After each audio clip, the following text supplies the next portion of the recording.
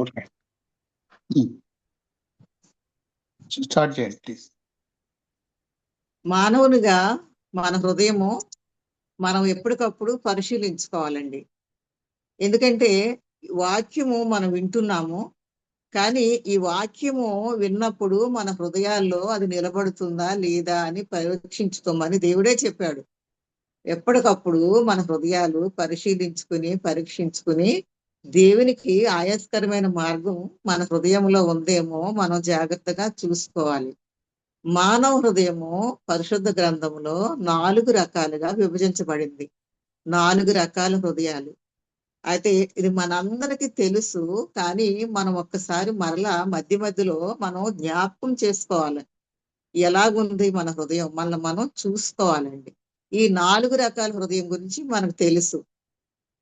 అయితే ఆ హృదయము ఒకటి విత్తనాలు విత్తుచుంటుండగా కొన్ని రాతి నేలన పడ్డాయి, కొన్ని కొంచెం మన్నున్న నేలను పడ్డాయి, మరికొన్ని ముండ్ల పొదల్లో పడ్డాయి.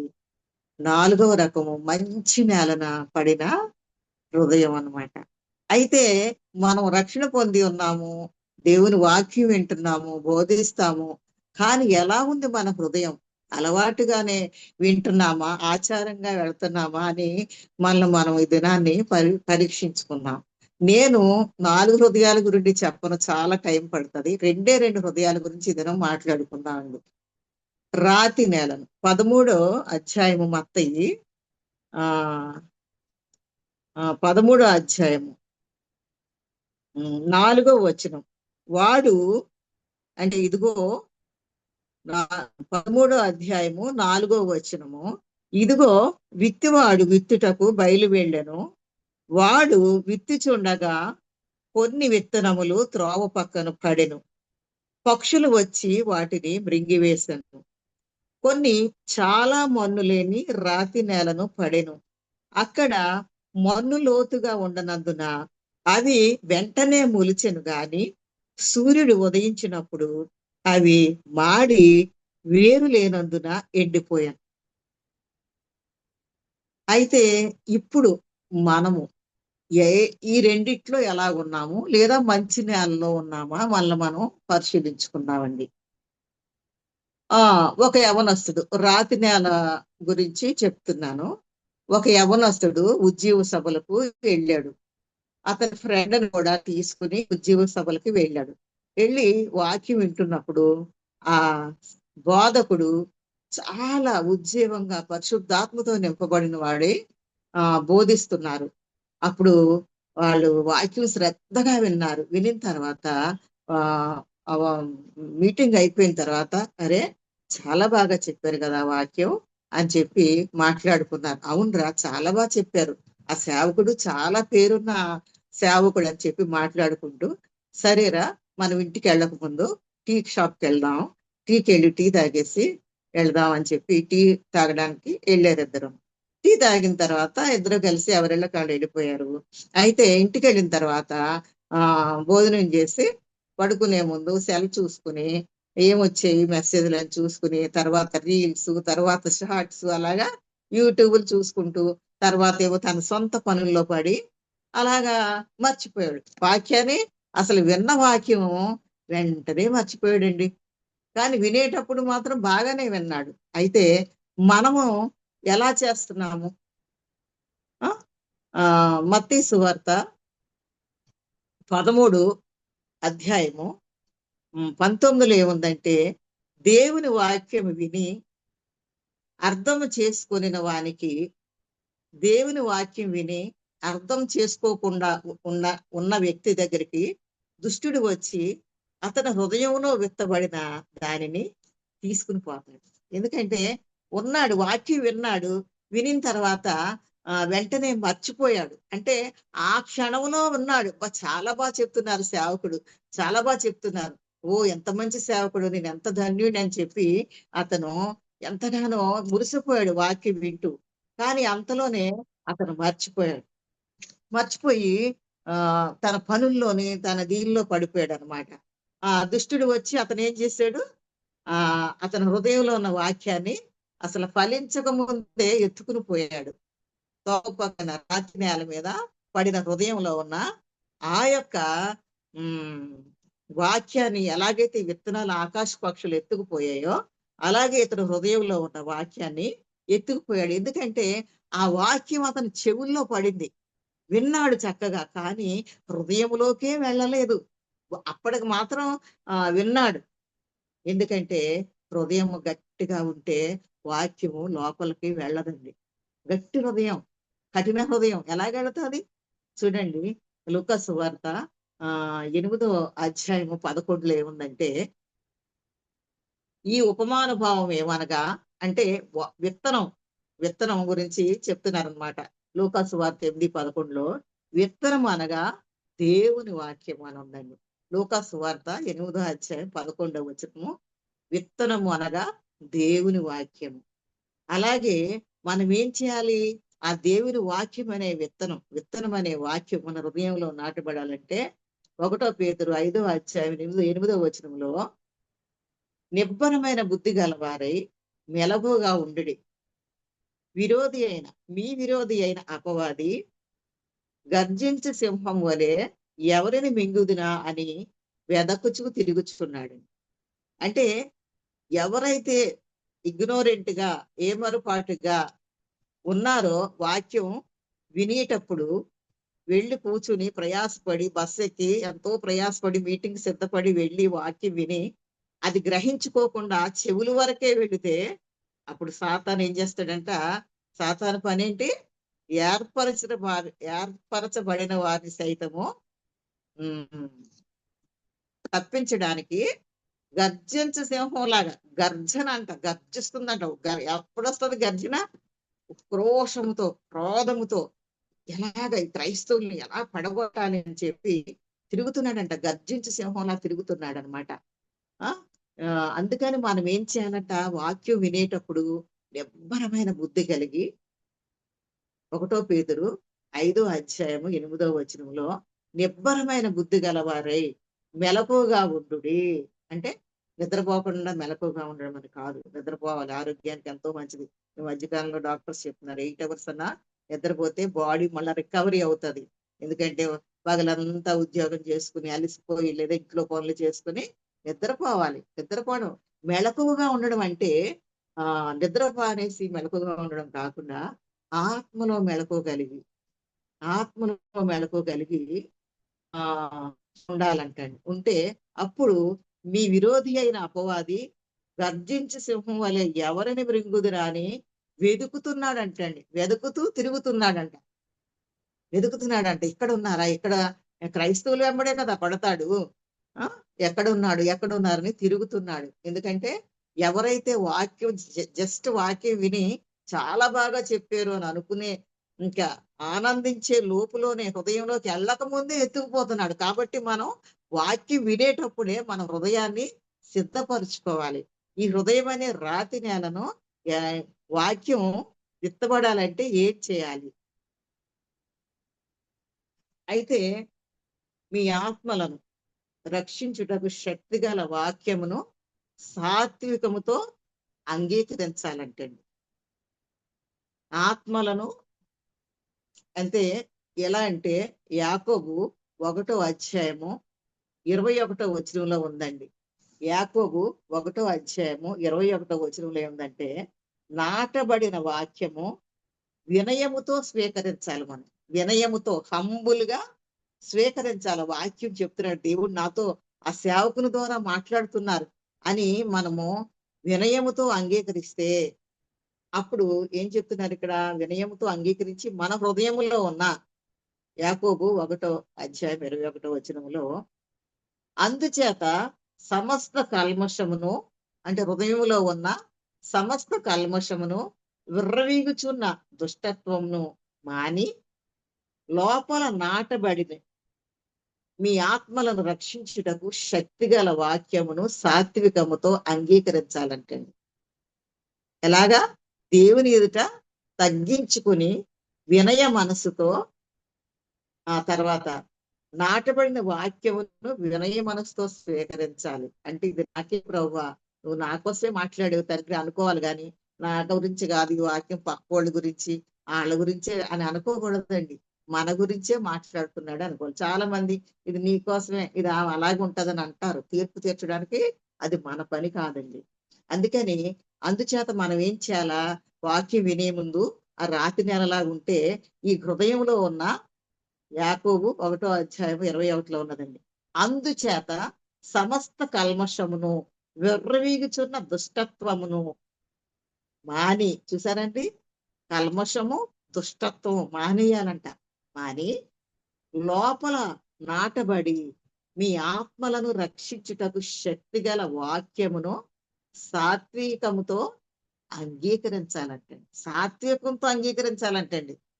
అంటే సాత్వికం అంటే ఓర్పు, సహనము, శాంతి, దీర్ఘశాంతము, సాత్వికము. అంటే ఇవన్నీ ఒకటే ఇంచుమించుగా. అంటే అంత ఓర్పుతో, సహనముతో, సాత్వికముతో వాక్యాన్ని అంగీకరించాలని ఇక్కడ యాకోబు పత్రిక 1:21 ఉన్నదండి.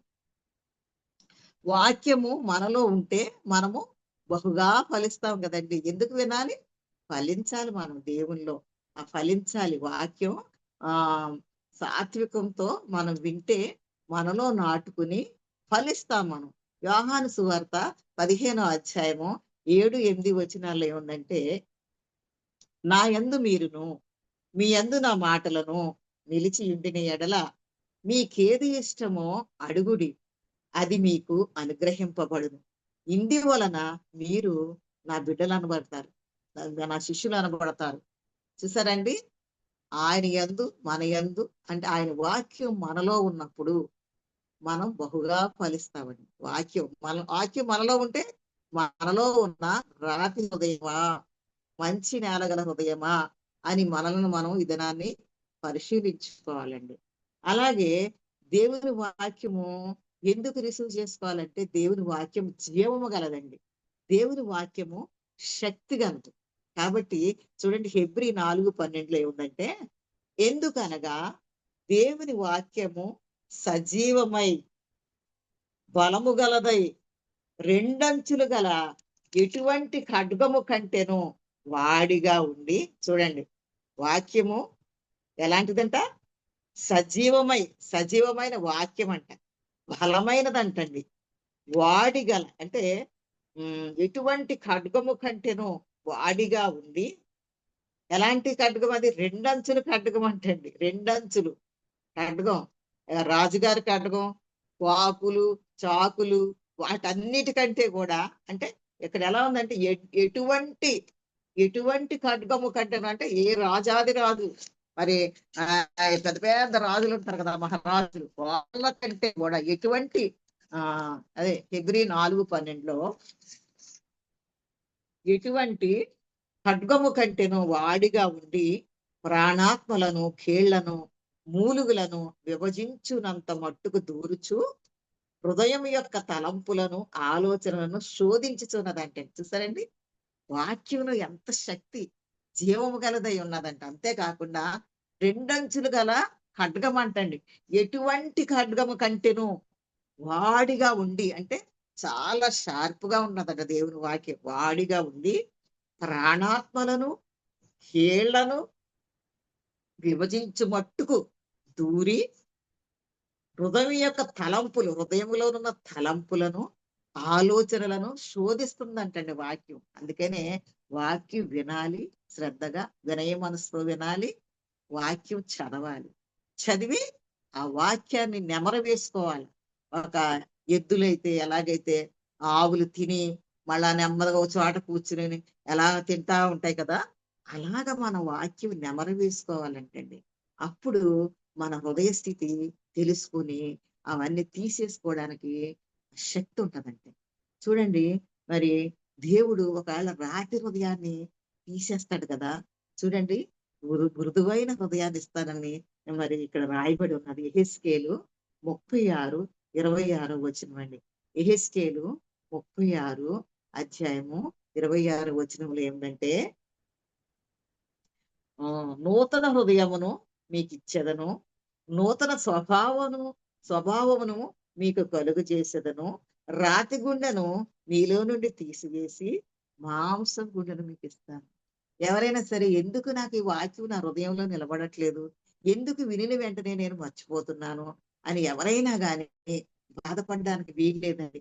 ఎందుకంటే దేవుడు ఇక్కడ ఏం చెప్తున్నారంటే, నేను మీకు అయ్యో పోయిందండి, నేను మీకు రాతి గుండెను తీసివేసి మెత్తని మాంసం గుండెను ఇస్తానని దేవుడు ఇక్కడ సెలవిస్తున్నారు.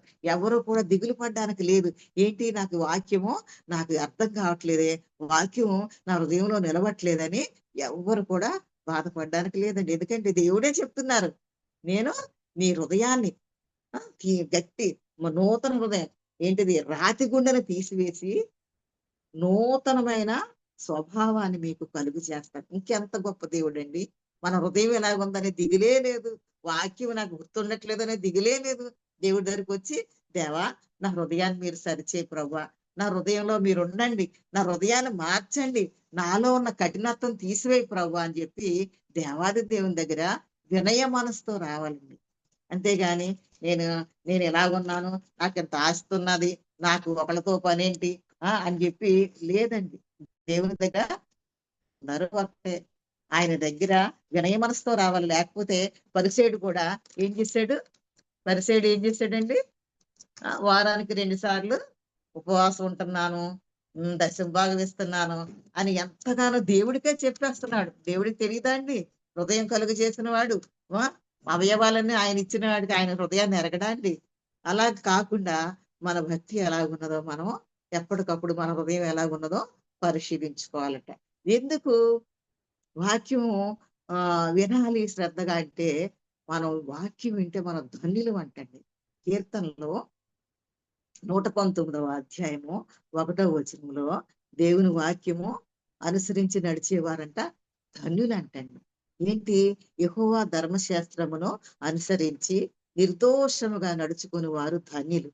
ధన్యులంటే అన్ని విషయాల్లో ధన్యులు అనమాట. ధన్యులంటే ఏంటి, ఇంకా ఏది కూడా మనకి అసాధ్యం అంటూ లేదు. అంటే దేవుడు మన పక్షానుండి అన్ని విషయాల్లో జయమిచ్చి నువ్వు ధన్యురాలివి అని ఎలాగైతే మేరీమాత గారు ఎంత ఒబే అయ్యారండి. ఆ దేవాది దేవుడి ఒక దేవదూతలు వచ్చి చెప్పినప్పుడు ఆమె ఒబే అయినందువల్ల ఆ ఎలిజబెత్ గారు నువ్వు ధన్యురాలు అని చెప్పి అన్నారు. అలాగే దేవుని యందు విధేయత కలిగి ఉన్న వాళ్ళు ధన్యులు. కీర్తనలో 119 ఒకటో వచనం 119వ అధ్యాయము 1వ వచనంలో యెహోవా ధర్మశాస్త్రమును అనుసరించి నిర్దోషంగా నడుచుకుని వారు ధన్యులు. ధర్మశాస్త్రం అంటే వాక్యమే కదండి. ధర్మశాస్త్రంలో ఏముంది, దేవాది దేవుని వాక్యం ఉన్నది. కాబట్టి ఆయన వాక్యాన్ని అనుసరిస్తే మనం ధన్యులు. అనుసరించడానికి దేవుడు మన హృదయాన్ని కూడా మార్చేస్తానంటున్నారు. ఈ రోజున మన హృదయం ఎలాగుంది మళ్ళీ మనం పరిశీలించుకోవాలి. రక్షణ పొందాము, ఎప్పుడో రక్షణ పొందాం, ఇప్పుడు ఎలాగుందా, మొదటి ఉన్న ఫైర్ మీకుందా, లేకపోతే మళ్ళా ఎక్కడ పోయిందో మళ్ళీ వెతుక్కోవాలా, దొరుకుతుంది అన్నమాట. కాబట్టి 2 కొరింథీ రాసిన 9వ అధ్యాయము 10వ వచనంలో ఏముందంటే, విత్తువానికి విత్తనమును తినుటకు ఆహారమును దయచే దేవుడు మీకు విత్తనమును దయచేసి విస్తరింపచేసి మీరు ప్రతి విషయములో పూర్ణ ఔదార్యం భాగ్యము గలవారవునట్లు మీ నీతి ఫలములు వృద్ధి పొందించు. దేవుని వాక్యం అనుసరించిన వాళ్ళకి ఆయన అభివృద్ధిని విస్తరింపచేస్తారంట. ఔదార్య భాగ్యం ఇస్తారంట, ఔదార్య భాగ్యం. కాబట్టి ఒకవేళ మన హృదయం తోపక్కన నేలగా గట్టిగా ఉంటే, మన ప్రభు కృపను బట్టి రాతి హృదయాన్ని తీసివేసి మెత్తని హృదయం, మృదువైన హృదయాన్ని ఇచ్చే దేవుడు మనకున్నాడు. కాబట్టి మన హృదయం మృదువుగా ఉందా, దేవుని వాక్యాన్ని స్వీకరిస్తుందా చూసుకుని దేవుని వాక్యం స్వీకరిస్తే అప్పుడు మన బిడ్డలు, మన కుటుంబం, మన వాళ్ళందరూ కూడా ధన్యులైపోతారు, ఫలిస్తారు. వాక్యం వింటే ఫలిస్తారు. ఇది రాతి గురించి మనం మాట్లాడుకున్నాం. ఇప్పుడు 2వ హృదయానికి వద్దాం. 2వ హృదయం, కొన్ని విత్తనములు మన్ను లేని రాతి నేలపై పడెను. 2వది మనం చూసుకోవాలి. ఫస్ట్ హృదయంలో ఉందా మన స్థితి, 2వ హృదయం లాగా ఉందా. మత్తయి సువార్త 13వ అధ్యాయము 5-6 వచనాల్లో ఉందన్నమాట. కొన్ని విత్తనములు మన్ను లేని రాతి నేలపై పడెను. అక్కడ మన్ను తక్కువగా ఉన్నదటండి. మన్ను తక్కువగా ఉండుట వలన అవి వెంటనే మొలిచెను. గాని సూర్యుడు ఉదయించినప్పుడు అవి మాడి వేరు లేనందున ఎండిపోయాను. సూర్యుడు బాగా ఎండవేడికి వచ్చింది. ఆ వేడికి ఎండిపోయాడు. చూడండి, మన్ను ఉన్నది కానీ కొంచెమే ఉంది. ఆ లోపలున్న ఆ రాయి అవి తీసుకోలేదండి. ఆ రాళ్ళు తొలగించుకోలేదు. తన బాలికల పాపాలు, తెలియక చేసిన పాపాలు, చిన్న చిన్న దొంగతనాలు, ఇంకా రకరకాలవి అన్నీ కూడా తీసేసుకోవాలండి హృదయంలోని. హృదయంలో ఈ వాక్యం అనే విత్తనం నిలవాలంటే హృదయంలో దాగి ఉన్న పాపాలన్నీ తీసేసుకోవాలి. ఎందుకంటే దేవాది దేవుడు మన కొరకే వచ్చారు ఈ లోకానికి. మనం పాపములో శాపములో కొట్టుకుపోతున్నానుగా, అయ్యో నా బిడ్డలు ఇలా చేస్తున్నారేంటి, నా పోలిక చొప్పున నేను తయారు చేయడం ఏంటి, వాళ్ళేమో ఆదాము ద్వారా అవ్వ వస్తే అవ్వ పండు తినేసి వాళ్ళ జీన్స్ అన్ని పాపం జీన్స్ అయిపోయి వాళ్ళు అప్పుడు దాకా చంటి బిడ్డల్లాగా ఆడుకున్న వాళ్ళు ఆ పండు తినగానే దిగంబర్లు అనుకుని ప్రభువారు దేవాది దేవుడు పిలవగానే చెట్టు చాటును దాక్కుని మేము ఇక్కడ దిశమలతో ఉన్నామని, నీకు ఎవరు చెప్పారు దిశమలని అంటే ఆ జీన్స్ అలాగ మారిపోయాయండి. తర్వాత పిల్లలను కన్నారు. ఏదైనా తోట నుంచి తరిమి వేశారు పిల్లల కంటే ఆ పిల్లలు కూడా మోసం, అసూయ, ఈర్ష్య, తన సొంత తమ్ముడే ఆ కయ్యను చంపేశాడు. ఇందువల్ల ఆ యొక్క జీన్స్ వల్ల. అయితే నా మాటను లేదు కాబట్టి వీళ్ళని నేను వదిలేస్తానని అనలేదండి దేవుడు. మన తండ్రి తన కుమారుని ఎడల జాలిపడినట్టుగా ఆయన మన ఎడల జాలిపడి ఆ దేవాది దేవుడిని మన దగ్గరికి పంపించిన ఆ దేవాది దేవుడు మనతో ఏం మాట్లాడుతున్నాడు రాజున, నీ హృదయంలో ఏముంది? లోకానుసారం ఉందా? అయ్యో వాళ్ళకి పెద్ద టీవీ ఉంది, నాకు టీవీ కంటే పెద్దది కొనుక్కోవాలి. వాళ్ళకి ఏమో 2 అంతస్తులు ఉంటే నేను 3 అంతస్తులు కొనాలి, లేదా ఇంకా విస్తరింప చేసుకోవాలి. మా పిల్లల్ని అలా చదివించ తప్పు లేదు. బంగ్లాలు కొనుక్కోవచ్చు, పిల్లలను చదివించుకోవచ్చు, కానీ అదే యావుగా ఉండకూడదు. ఎప్పుడైతే దేవుని యొక్క వాక్యాన్ని అనుసరించి నడిస్తే ఆయనేనండి ఫలింపజేస్తాడు మన బిడ్డల్ని మనల్ని. కాబట్టి మన్నులేని రాతి నేలంటే దేవుని వాక్యాన్ని సంతోషంగా వింటారు, వెంటనే స్వీకరిస్తారు. స్వీకరించి కానీ స్వభావం మారదు. లోతైన విశ్వాసం లేకపోవడం వల్ల బాధలు, కష్టాలు, చిన్న చిన్న సమస్యలు రాగానే వెంటనే దేవుడా నాకే ఇలా చేసావా, నీ మందిరానికి వస్తున్నాను కదా, నాకే ఇలా రావాలా అని చెప్పి అదే దీనిలో ఉండి ఆ వెంటనే వాక్యాన్ని మర్చిపోతారు. వేరు లేని విశ్వాసం అండి. ఒక కథ చెప్తాను. ఒక చిన్న గ్రామంలో రవి అనే యువకుడు ఉండేవాడు. ఒకరోజు ఉద్యోగ కొడుకుల్లోకి దేవుని వాక్యాన్ని శ్రద్ధతో విన్నాడు. ఆ రోజు అతని హృదయంలో ఆనందం పొంగిపోయింది. అబ్బా, బిర్యానీ కంటే ఎక్కువగా తిన్నట్టుగా ఎంత బాగుంది ఈ వాక్యం అని చెప్పి ఎంతో సంతోషంగా ఉండి ఇంటికి వచ్చి కన్నీటితో ప్రార్థన చేశాడు. అయితే ప్రభువా నీ మార్గంలోనే నడుస్తాను ఇక నుంచి అని చెప్పి అలాగా ప్రార్థన చేసుకున్నాడు. కొన్ని రోజుల తర్వాత ఉత్సాహం అంతా పోయింది. ప్రార్థన మానేశాడు, బైబిల్ చదవడం మానేశాడు. ఎందుకంటే వాళ్ళ ఫ్రెండ్స్ వచ్చి ఏట్రా ఎలా మారిపోయావు, సమస్యలు వచ్చేస్తున్నాయి, చిన్న చిన్న సమస్యలు, చిన్న చిన్న ప్రాబ్లమ్స్, ఉద్యోగంలో సమస్య, ఇంట్లో గోల, ఏంటి మళ్ళీ ఇంకేలా ఉండేసరికి తన స్నేహితులందరూ హేళన చేస్తున్నారంట.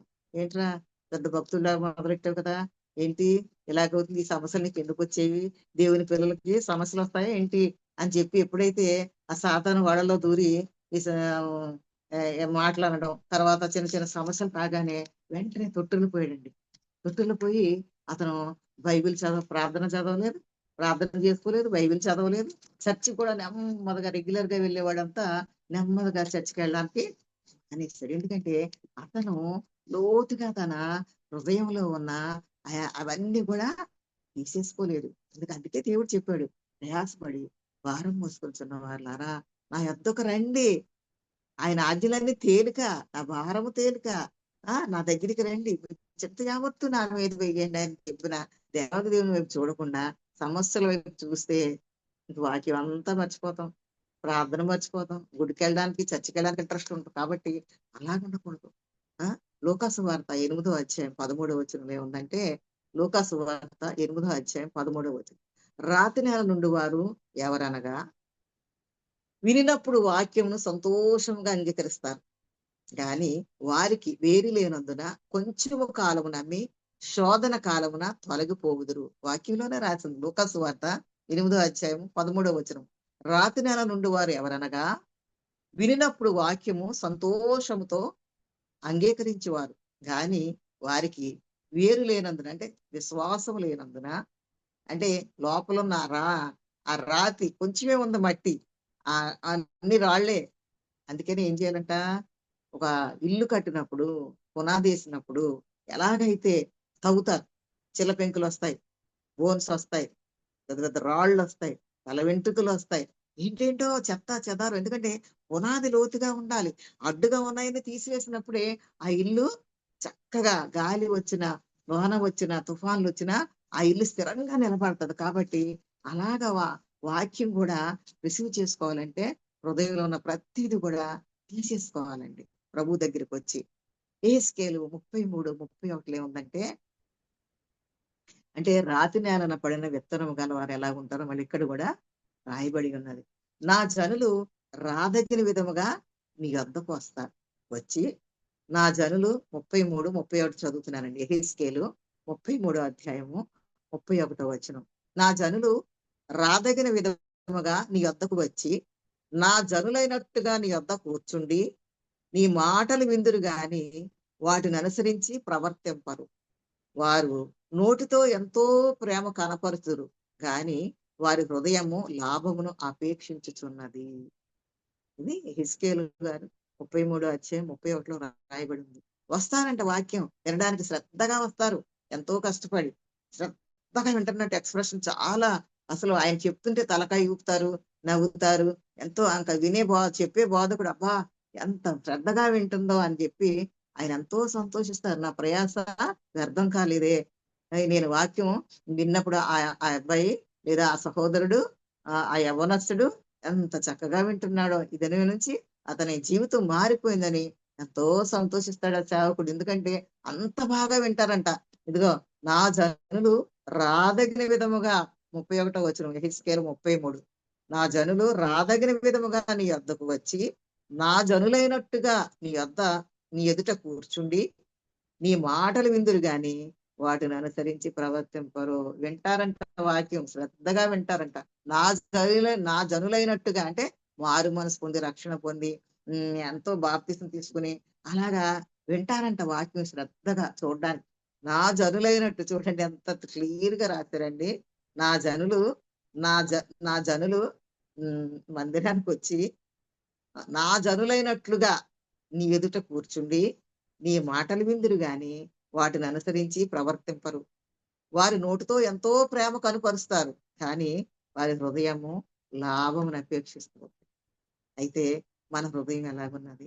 వాక్యం శ్రద్ధగా వింటున్నాం, కానీ మరి హృదయంలోనికి వెళుతుందా? వాక్యం హృదయంలోకి వెళుతుందా? మళ్ళా రేపు వచ్చి ఆ చదివిన వాక్యం గాని, విన్న వాక్యం గాని చెప్పమంటే మళ్ళా రిపీట్ చేసి చెప్పగలుగుతున్నావా? ఆ చెప్పింది నెక్స్ట్ డేనా, లేకపోతే జీవితకాలం అంతా ఉంటుందా ఇది అని మనం పరిశీలించుకోవాలా. యాకోబు పత్రిక 1వ అధ్యాయము 22, 23, 24 చూడండి ఎలాగుందో. యాకోబు 1వ అధ్యాయము 22, 23, 24 వచనాలు. మీరు వినివారు మాత్రమై ఉండి మిమ్మును మీరు మోసపుచ్చుకొనకుండా వాక్య ప్రకారము ప్రవర్తించువారయుండుడి. సరే, మనం ఏం చేయాలంట? వినివారు మాత్రమై ఉండి, వాక్యం వినివారు మాత్రమై ఉండి మిమ్ముని మీరు మోసపుచ్చుకొనకుండా వాక్య ప్రకారము ప్రవర్తించువారై ఉండుడి. 23వ వచనం. ఎవడైనను వాక్యము విని 23వ వచనం, ఎవడైనను వాక్యము వినివాడై ఉండి దాని ప్రకారము ప్రవర్తింపని వాడైతే, వాక్యము విని దాని ప్రకారము ప్రవర్తింపని వాడైతే వాడు అద్దములో తన సహజ ముఖమును చూచుకొను మనుష్యుని పోలి ఉన్నాడు. తర్వాత 24 వాడు తన్ను చూసుకొని, అంటే అద్దంలో చూసుకొని అవతలకి వెళ్ళిపోయి తాను ఎట్టివాడో వెంటనే మర్చిపోను కదా. అద్దంలో చూసుకుంటాం కదా, పౌడర్ ఎక్కువ ఉందా, ఎలాగుందా, ఎక్కడికైనా బయటికి వెళ్తే తల చిరిగిపోయిందా, మళ్ళీ వెళ్ళి మర్చిపోతాడు. ఇంకా అది అయిపోయింది ఆయనకు అన్నట్టు. అలాగా ఉండకూడదంటండి మనం. వాక్యం వినేసి మన అద్దంలో మొహం చూసుకుని మర్చిపోయినట్లుగా కాకుండా వాక్యాన్ని గుర్తు పెట్టుకోవాలి. వాక్యాన్ని అయితే బాసికాల కింద ఇక్కడ కట్టుకోవాలంట. మణికి కట్టుకోవాలి. కంఠహారంగా పెట్టుకోమన్నాడండి వాక్యాన్ని. వాక్యమే, వాక్యమే జీవము గలది, శక్తి గలది. దేవుని వాక్యం మన జీవాన్ని ఇచ్చే వాక్యం కాబట్టి మనము వాక్యం విషయంలో మరి ఎలాగుంటున్నాం? మనం వాక్యం విని హృదయంలోనికి రిసీవ్ చేసుకోనకపోతే మన ప్రభువును, రక్షకుడైన దేవాది దేవుడు సంతోషముగా ఉండలేడంటండి. వాక్యం విని మనం వాక్య ప్రకారంగా జీవించకపోతే ఇప్పుడు మన బిడ్డలు మనం చెప్పిన మాట వినకుండా వినేసేసి చేయకుండా ఉంటే మనం ఎంత బాధపడతాం. ఏంటమ్మా పిల్లోడు విన్నాడు, పని చేయట్లేదని, చెప్పింది చేయట్లేదని ఎంత బాధపడతామో మన దేవుడు కూడా మనం వాక్యం విని అనుసరించకపోతే సంతోషంగా ఉండరంటండి. చూడండి, హెబ్రీయులకు రాసిన పత్రిక 10వ అధ్యాయము 38వ వచనం. హెబ్రీ 10వ అధ్యాయము 38వ వచనం. నా ఎదుట నీతిమంతుడైన వాడు విశ్వాస మూలంగా జీవించును. నా ఎదుట నీతిమంతుడైన వాడు విశ్వాస మూలముగా జీవించును. గాని అతడు వెనుక తీసిన ఎడల అతని యందు నా ఆత్మకు సంతోషం ఉండదు. చూసారండి ఎంత క్లియర్ గా రాసిందో. మళ్ళీ చదువుతున్నాను. నా ఎదుట నీతిమంతుడైన వాడు విశ్వాస మూలముగా జీవించును. కానీ అతడు వెనుక తీసిన ఎడల, అంటే వాక్యానికి వినకుండా లేదా వాక్యానుసారంగా జీవించకుండా వెనక్కి వెళ్ళిపోతే అతని యందు నా ఆత్మకు సంతోషం ఉండదని ఇక్కడ రాయబడి ఉన్నది. అంటే మన దేవుడు మన ప్రతి క్షణం, మన పరమ తండ్రి, మన హెవెన్లీ ఫాదర్ మనల్ని పరిశీలిస్తున్నారు. వాక్యానుసారంగా జీవిస్తున్నారా లేదా? ఎందుకంటే ఎక్కడ చూసినా సరే కడవరు దినాల్లో ఉన్నాం, కడవరు దినాల్లో ఉన్నాం, అంత్యకాలంలో ఉన్నాం. యుద్ధాలు జరుగుతున్నాయి, రాష్ట్రం మీదకి రాజ్యం, మనుషుల్లో మరి కుటుంబంలో రక్త సంబంధాలకి ఐక్యత లేదు, ఇంట్లో సమాధానం లేదు, మరి పాస్టర్స్ కే పడతాం లేదు, మరి రాష్ట్రాల మీద రాష్ట్రం, రాజ్యం మీదకి రాజ్యం ఎలాగుందో చూసారా అండి. అన్ని జరుగుతున్నాయి. భూకంపాలు, అకాల వర్షాలు, తుఫానులు, మరి కుదరని రోగాలు, ఇప్పుడు మళ్ళా యుద్ధాలు, యుద్ధం మీద ఇంకా యుక్రెయిన్ రష్యా యుద్ధం ఆగనే లేదు. మళ్ళా ఇరాన్, ఇజ్రాయెల్, మరి అమెరికా, ఇట్లా యుద్ధాలు. ఎంత ఘోరాతి ఘోరంగా ఉందండి. భయకంపితులుగా ఉన్నాం. నేను రోజు మనం ప్రార్థన చేయాలి, ఇండియాను కాపాడు. మా ప్రైమ్ మినిస్టర్ మీరు చెప్పారు కదా, దేవుడు మీ అధికారుల కొరకు ప్రార్థించమని.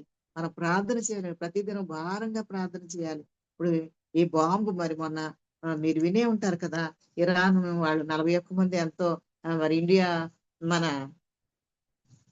నేవీ బోర్డు సముద్రం మన సరిహద్దుల్లో ఉన్న వాళ్ళు ఇరానీలు చచ్చిపోతే అదే అమెరికా వాళ్ళు పేల్చేస్తే మరి మన వాళ్ళు ఇల్లు ఆదుకోలేదని, మన మీద కూడా గురుగా ఉన్నారని చెప్పి మరి వార్తల్లో వస్తున్నాయి కదా. మరి మన దేశం కొరకు మనం ప్రార్థన చేయాలండి. అలాగే యెరూషలేం పట్టణం కొరకు కూడా నమ్మకంగా ప్రార్థన చేయాలి. యెరూషలేం కొరకు అలా ఇజ్రాయేల్ ప్రజల కొరకు ప్రార్థించేవారు వరదలుతారంటండి. ఆ వాక్యానుసారమైన మనం గుర్తు పెట్టుకుని ప్రతిదినం ప్రార్థించాలి.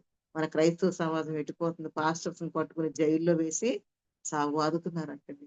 ఎందుకంటే విగ్రహాలు జోలికి వెళ్ళడం, విగ్రహాల గురించి విమర్శించాడంట ఆయన. అందుకే మనం ఎక్కడైనా వాక్యం బోధించినప్పుడు చెప్పినప్పుడు కూడా విగ్రహాల గురించి ఆ జోలికి కానీ అవన్నీ మనకొద్దు. మన బిడ్డలు, మన పనల్లా యేసు ప్రభు దేవుడు, నమ్ముకుంటే రక్షించబడతారు. ఇదే కదండి.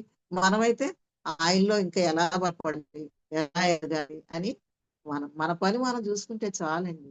అంతేగాని ఇతరులను విమర్శించే రోజులు కాదు అవి. పాత రోజులు పోయాయి. ఇప్పుడు చాలా భయంకరమైన దినాల్లో ఉన్నాం. ఎవరు మట్టుకాళ్లే సిద్ధపడాలి. 10 మంది కన్యకులు రక్షణ పొందిన వాళ్ళే. కానీ పెళ్లి కుమారుడు వస్తాడు ఒక దినాన. పెళ్లి కుమారుడు వచ్చినప్పుడు మరి దివిటీలతో ఎదుర్కోవాలి. పెళ్లి కుమారుడు వధువును తీసుకెళ్ళడానికి వస్తాడు కదా. అప్పుడు మనం ఎలాగున్నాం, ఎదుర్కోవడానికి సిద్ధంగా ఉండాలండి. ఇంకా చాలు ఈ లోకం చాలు. ఈ లోకం మనకి ఏమి ఇవ్వదండి. ఈ లోకంలో ఉన్నదంతా దుష్టత్వమే.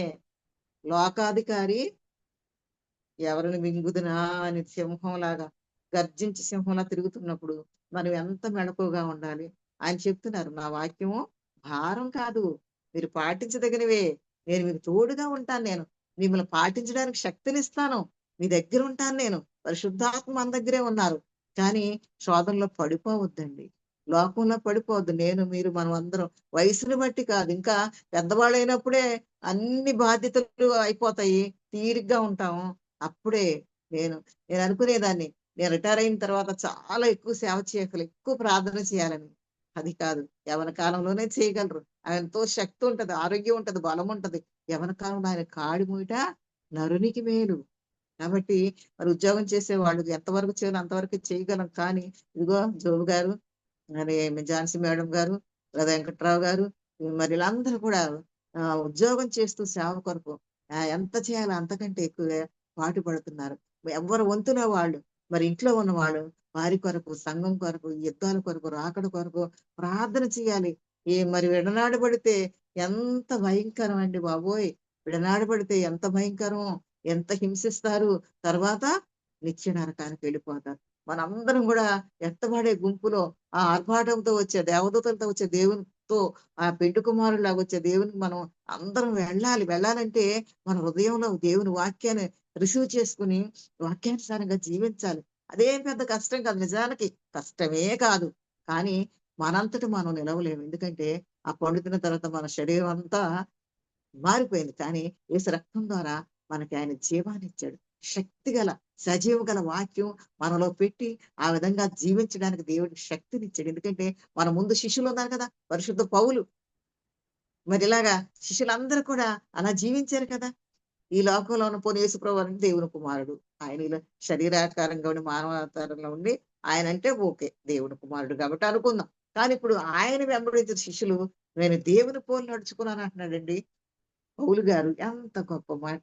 అంటే పౌలు గారు నడుచుకున్నప్పుడు మరి ఆయన మామూలుగా తిని చక్కగా ఏసు రూములో లేరు ఆయన. సేవ చేస్తూ ఎవరికీ భారం లేకుండా తన పని తను చేసుకుని మరి అంతా పరిచర్య, ఎన్ని దెబ్బలకి కూడా అవమానాలు కూడా భరిస్తూ ఆయన సేవ చేశారు. ఆయన నేను యేసుప్రభుని పోలి నడుచుకున్నానని చెప్పారు. మనం మనం కూడా ఆయన ఆజ్ఞలు, ఆయన వాక్యాన్ని అనుసరించి నడుచుకోవాలంటండి. అయితే 38వ వచనంలో ఏముందంటే, అదే ఎబ్రీ 38 చదివాం కదా! 39లో ఏముందంటే, అయితే మనము నశించుటకు వెనుక తీయువారము కాము. కానీ ఆత్మను రక్షించుటకు విశ్వాసం కలిగిన వారమై ఉన్నాం. మనం ఎలాగున్నాం? వెనక తీయడానికి, నశించే వారం కాదు గాని, ఆత్మను రక్షించుటకు విశ్వాసం కలిగిన వారమై ఉన్నాం. ఇంకా మనము ఎలాగుండాలంటే, ఇంతే కాకుండా ఇంకా మనం ఎలాగుండాలంట? కొలస్సి 2:7 కొలస్సి 2:7 కావున మీరు ప్రభువైన క్రీస్తును అంగీకరించిన విధముగా ఆయన యందు వేరు పారిన వారై ఇంటి వలె కట్టబడుచు. చూసారండి? వేరు పారాలంటే హృదయంలో ఉన్న రాతి హృదయాన్ని లో ఉన్నయన్ని తీసేసుకోవాలి. రాళ్ళన్నీ తీసి పాడేయాల. అప్పుడు ఆ ఆ ఆ వాక్యము ప్రభువైన యేసుక్రీస్తు వారిని అంగీకరించాం కదా! ఆ విధముగా ఆ వాక్యం లోతుగా వేరు పారాలంటే, వేరు పారిన వారై ఇంటి వలె కట్టబడుచు. ఇదిగో నేను చెప్పే మాటలు కాదు. కొలస్సి 2:7 కావున మీరు ప్రభువైన క్రీస్తును అంగీకరించిన విధముగా ఆయన యందు వేరు పారిన వారై ఇంటి వలె కట్టబడుచు. ఇంటి వలె కట్టబడుచు. ఇందాక మనం అనుకున్నాం కదా! పునాది ఎలాగైతే ఎన్ని రాళ్ళన్నీ తీసివేసి పునాది గట్టిగా నిలబడేలాగా 7 అంతస్తుల బిల్డింగ్ కూడా కడుతున్నారు. 14 బిల్డింగ్లు కట్టాలంటే ఎంత లోతుగా తవ్వి ఆ అడ్డుగా ఉన్న అన్ని ఎలాగైతే తీసేసి ఇల్లును కడతారో ఆ విధంగా ఉండాలంటే మన బట్టి ఇంటి వలె కట్టబడుచు మీరు నేర్చుకున్న ప్రకారముగా విశ్వాసమందు స్థిరపరచబడుచు కృతజ్ఞతాస్తుతులు చెల్లించుటయందు విస్తరించుచు ఆయన యందుండి నడుచుకొనిడి. దేవుడు మనకు చెప్తున్నాడు. మళ్ళీ చదువుతున్నాను. కొలస్సి 2:7 కావున మీరు ప్రభువైన క్రీస్తును అంగీకరించిన విధముగా ఆయన యందు వేరు పారిన వారై ఇంటి వలె కట్టబడుచు మీరు నేర్చుకుని ప్రకారముగా విశ్వాసమందు స్థిరపరచబడుచు కృతజ్ఞతాస్థుతులు చెల్లించుటయందు విస్తరించుచు ఆయన యందుండి నడుచుకోవాలంటే ఎలాగుండాలో కూడా ఎలా చెప్పారు చూసారా. మరి వేరు పారాల అంటే వాక్యం హృదయంలో చొచ్చుకుపోవాలంటండి. వాక్యం హృదయంలో చొచ్చుకుపోవాలంటే వేరు పారాలి. వేరు పారినప్పుడు అప్పుడు ఆ వాక్యం లోతుగా వేరుంటే మరి రాదుగా పైకి. ఎందుకంటే వేరు లోతుగా వెళ్ళాలంటే హృదయంలో ఉన్న వ్యర్థమైనది తీసేసుకున్నప్పుడు వాక్యం వెళ్తది. వెళ్ళినప్పుడు అది వేరు పారి స్థిరంగా ఉంటది. అంతేకాకుండా ఇల్లు కట్టినప్పుడు ఎలాగైతే ఇంటి వలె కట్టబడుచు మీరు నేర్చుకుని ప్రకారము విశ్వాసమందు స్థిరపరచబడుచు. విశ్వాసమందు స్థిరంగా ఉండాలి. అప్పుడు మనల్ని చూసి ఇతరులు కూడా నేర్చుకోవాలి. ఇతరులు ఎప్పుడు విమర్శించే వాళ్ళు ఉంటూనే ఉంటారండి, కాదని కాదు. మన సొంత వాళ్ళే విమర్శిస్తారు. యేసుప్రభు వారే సొంత వాళ్ళే అంగీకరించలేదు. మనుషుల వైపు అస్సలు చూడొద్దండి.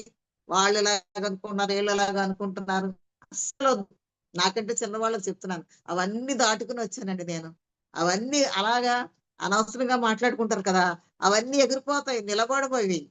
ఏది అబద్ధాలు దడి కడుతున్నట్టు. దడి అంటే మీకు తెలుసో లేదో, మాకు తెలుసు. దడి అంటే ఇదివరకైతే సిమెంట్ తో గోడలు కడుతున్నారు, కానీ అప్పుడు కొబ్బరాకులతోని తాటాకులతోని అట్లా దడి కట్టేవారు గోడ. దాని దడి అంటారు, తడకంటారు ఏదో సంథింగ్. అలాగుంటాయి అబద్ధాలు. గాలి గట్టిగా వస్తే పడిపోతుంది. అదే సత్యం ఎప్పుడు కూడా సిమెంట్ తో కట్టిన గోడలాగా స్థిరంగా ఉంటది.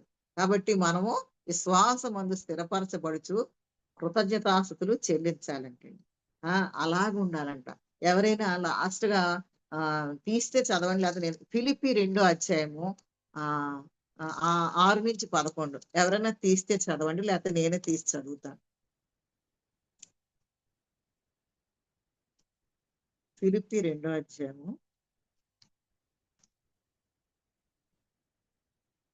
6-11 ఫిలిప్పీలకు రాసిన పత్రిక. ఫిలిప్పి 2వ అధ్యాయము చివరి 6-11 నేనే చదువుతాను. ఆయన ఫిలిప్పి 2వ అధ్యాయము 6-11 క్రీస్తు యేసునకు కలిగిన ఈ మనస్సు మీను కలిగి ఉండుడి. మనం ఆయన దేవుని స్వరూపము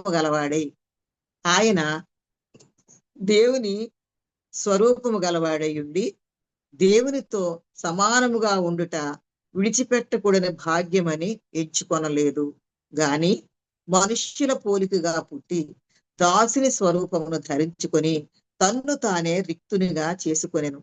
మరియు ఆయన ఆకారమందు మనుషుడుగా కనబడి మరణము పొందినంతగా అనగా శిరోమరణము పొందినంతగా విధేయత చూపిన వాడై తన్ను తాను తగ్గించుకొనెను.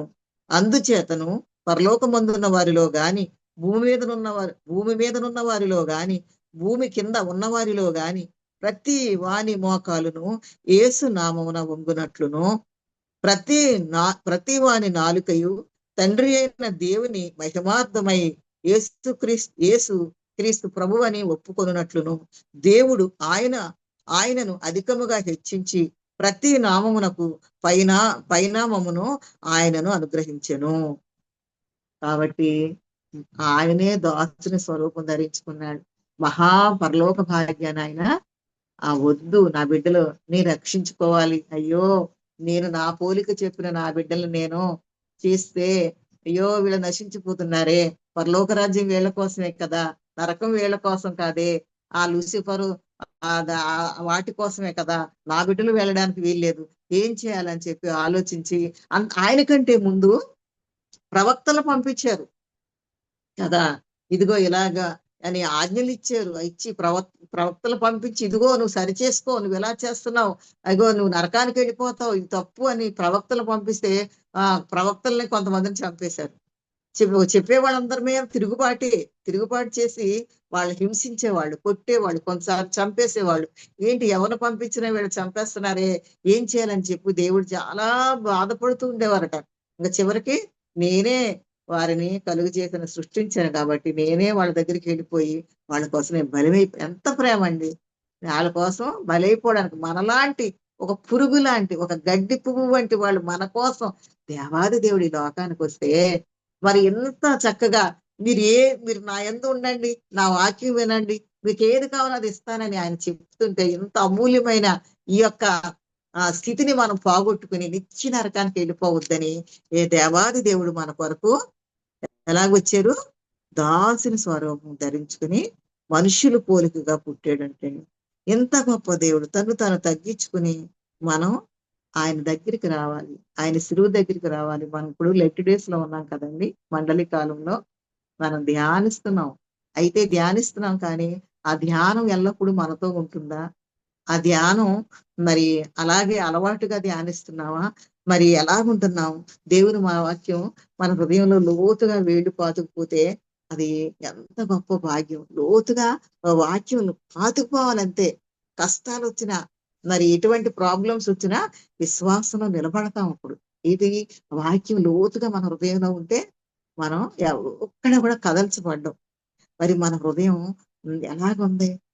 మొన్ను కొంచెం ఉన్న రాతి హృదయంలాగా ఉందా? మంచి నేలగా ఉందా? మన హృదయంలో దేవుని వాక్యం ఉన్నదా? మన ఈ 2 హృదయాలు, దేవుని చిత్తం అయితే ఇంకో 2 హృదయాలు ఉన్నాయి, అవి మళ్ళా ధ్యానించుకుందాం దేవుని చిత్తం అయితే నాకు అవకాశం వస్తే. కాబట్టి ఈ యొక్క రాతి నేల లాగుందా, లేదా వాక్యం విని ఎంతగానో సంతోషించి మళ్ళీ మర్చిపోతున్నావా? మన హృదయంలో వాక్యం వెళ్లకుండా మన హృదయ స్థితి ఎలాగుంది, ఏది అడ్డుకుంటుంది, మళ్ళీ మనం పరిశీలించుకుందాం, ప్రార్థన చేసుకుందాం. Thank you. ఆరాధించడానికి అయా మహింపరచుకోవడానికి మాకు ఇచ్చిన ఈ సమయాన్ని బట్టి స్తోత్రాలు, దినాన్ని బట్టి స్తోత్రాలు. పరమ తండ్రి, నాయన జూమ్ కాల్ మీటింగ్ ని బట్టి ప్రభావ మీకు కొందనాలు. అయా నీ దాసురాలని బేబీ కమల గారిని మీరు వాడుకున్నందుకై స్తోత్రాలు. ఘనమైన దేవా, మరి నాయన ఎంతో నాయన ప్రయాసతో నాయన మరి జూమ్ కాల్ నడిపిస్తాను నీ దాసులు డాక్టర్ జోబు గారిని బట్టి, వెంకటరావు గారు ఆయన వైజాగ్ మీరు జ్ఞాపకం చేసుకోండి ప్రభా, నడిపించండి, కృప చూపించండి ప్రభా, కుటుంబాలను దీవించండి ప్రభా. జూమ్ కాల్లోకి వచ్చిన ప్రతి ఒక్క కుటుంబాన్ని వ్యక్తిగతంగా పేరు పేరున ప్రభా మీరు జ్ఞాపకం చేసుకొని ఆశీర్వదించండి అయ్యా. మా ప్రభా విన్న వాక్యం మాలో ఫలించినట్లుగా సహాయం చేయండి ప్రభా. మీ నాయన అయ్యా మరి కఠిన హృదయాలు కలిగిన వారంగా ఉండకుండా ప్రభా వినయం ఆయన మా ప్రభు మాకు నేర్పినటువంటి మాకు మాదిరిగా ఉంచిపోయిన మార్గంలో మేము నడవడానికి, మమ్మల్ని మేము తగ్గించుకోవడానికి ప్రభా మా దేవా, దేవుని బలమైన హస్తం క్రింద దాగి ఉండటానికి, దేవాన్ని రెక్కల చాటున మేము ఉండటానికి ప్రభా సహాయం చేయండి యేసయ్యా. మరి అంత్య దినముల్లో ఉన్నాము అయ్యా, గురుతులు జరుగుతా ఉన్నాయి ప్రభా. అయ్యా సంఘమును నాయన మీరు హెచ్చరిస్తా ఉన్నారు అయ్యా, మీరు తెలియజెప్పిన గురుతులని మా ఎదుట జరుగుతా ఉన్నాయి ప్రభా. కనుక నాయన మేము జాగ్రత్త గల వారమై మా సొంత రక్షణ కొనసాగించుకోవడానికి సహాయం చేయండి ప్రభా. మీరు వచ్చినప్పుడు నాయన మేము మాలో ఎవరు కూడా తప్పిపోకుండా నాయన సహాయం చేయండి. అనిత్య రాజ్యంలో మేము ప్రవేశం అయ్యా మాకు ధారాళముగా అనుగ్రహించండి పరమ తండ్రి. మరి లోకంలో మాకు నిలువరమైన పట్టణం మాకు లేదని చెప్పినారు నాయన. కనుక నాయన మాది రాబోతున్న రాజ్యం, ఈ రాజ్యంలో ప్రభా మాది, ఈ రాజ్యం మాది కాదు. కనుక నాయన మేము పరదేశులము యాత్రికులమని చెప్పినారు. మా యొక్క పితరులు కూడా అలాగా సాక్ష్యాన్ని పొందినారు ప్రభా. అందును బట్టి దేవా మీకు వందనాలు. ఈ సమయంలో మరొకసారి అయా దుంకాలకు వచ్చిన ప్రతి కుటుంబాన్ని మరొకసారి పేరు పేరున నాయన మీరు జ్ఞాపకం చేసుకొని ఆశీర్వదించండి, సిద్ధపరచండి. మీ 2వ రాకడకు నాయన మేమందరూ సిద్ధపడడానికి మాకు సహాయం చేయండి. మరొకసారి నీ దాసురాలని మీ కుటుంబాన్ని మీరు జ్ఞాపకం చేసుకోండి ప్రభా. మీరు దీవించినందుకు స్తోత్రం, బిడ్డలను దీవించినందుకు వందనాలు. దేవి కమల గారిని బట్టి మీకు స్తోత్రాలు ప్రభా. దీవించండి, ఆశీర్వదించండి. మీకే మహిమ ఘనత ప్రభావం ఆరోపిస్తూ మా ప్రభు మా రక్షకుడు త్వరలో రానయున్న యేసుక్రీస్తు వారి పేరట్నే స్తుతించి ప్రార్థించి బ్రతిమాలి వేడుకొనుచున్నాము పరమ తండ్రి. ఆమేన్, ఆమేన్, ఆమేన్.